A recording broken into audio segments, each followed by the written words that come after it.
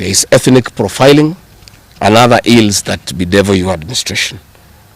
If you want to be calm, please abolish the housing levy and give dignity to the payslip.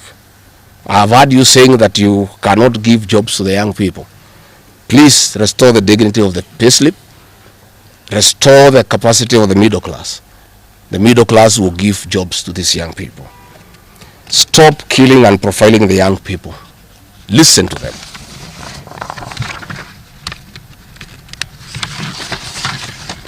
Stop abductions and extrajudicial killings. Abolish, disband the killer squad of 101 officers at Anodin Hajj. Give hustlers the jobs that you promised them. Mr. William Ruto, you are the one who promised. You cannot cry today that you have no solution, saying that other presidents have not been able to do it. You are the one who promised these young people. Stop police brutality. Stop abductions and illegal detentions. Get the hustlers from the bottom of the economic pyramid as you promised. Yes, Mr. President, we agree there were other presidents before you, as you have rightly stated, and true, they never went through what you are experiencing today. May it please you to know that the reason why Kenyans rarely had problems with them, Mwai Kibaki and Uhuru Kenyatta were guided by the Constitution and the rule of law. They did not capture our constitutional institutions to work for them, instead of working for Kenyans. They never killed children. They never attempted to build churches in State House. They never organized militias to destroy people's property and kill them. That is why you have a problem. And we also want to remind you that Mwai Kibaki had a difficult time from you, William Ruto. Videos are everywhere. You cannot say that Mwai Kibaki did not face resistance. It's on record that you gave hell to President Kenyatta for 5 years. So it is hypocritical for you to allege that Mwai Kibaki and Uhuru Kenyatta had a very easy time. Most of the problems Mwai Kibaki and Uhuru Kenyatta had came from yourself, and it's on record. We want to advise you that the one-term movement is not getting you out of power outside the Constitution. Mr. President, nobody wants to throw you. Nobody wants to overthrow your government. Nobody wants you out of power through unconstitutional means. Mr. President, I and the people we work with are on record. We want to remove you from State House through the ballot in 2027.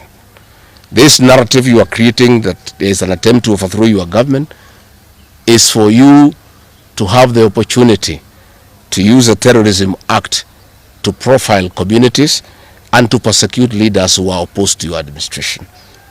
Please relax. We want you to serve your one term. Nobody wants you out of government, and constitutionally, nobody has any plan to overthrow your administration, Mr. President. We want to face you on the ballot in August 2027. So just relax and stop crying wolf that anybody wants you out of office unconstitutionally. There is no leader here who is planning a coup, and none has the capacity. And nobody is interested. The leaders in this country, and indeed 95% of the Kenyan population, want to humiliate you at the ballot. They relish that moment. None of them would want you to go out through any other method, unless, of course, you decided to resign on your own volition. So please stop creating this narrative. This narrative is to enable you to use anti-terrorism law to persecute leaders and to persecute the Kikuyu community.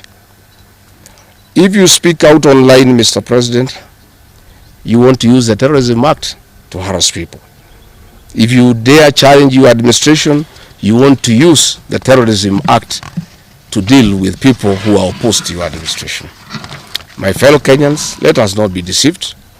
William Ruto has stripped away even the pretense of democracy. What we are witnessing is not the rule of law, but the rule of fear. This is not the behavior of a government that serves its people. This is the machinery of outright dictatorship. Finally, I want to announce to the people of Kenya that tonight I will be traveling to the United States of America to talk to the Kenyans in diaspora and the international community about the state of the nation.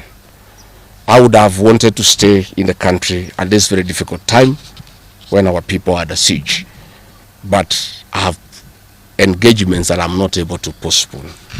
I've been threatened by people close to William Ruto, who called some of my people today, and they will want to stop me from leaving the country. I have no problem. If you want to come and arrest me at the airport, as you are threatening us, you can go ahead. I don't have a problem. You cannot sell fear to us.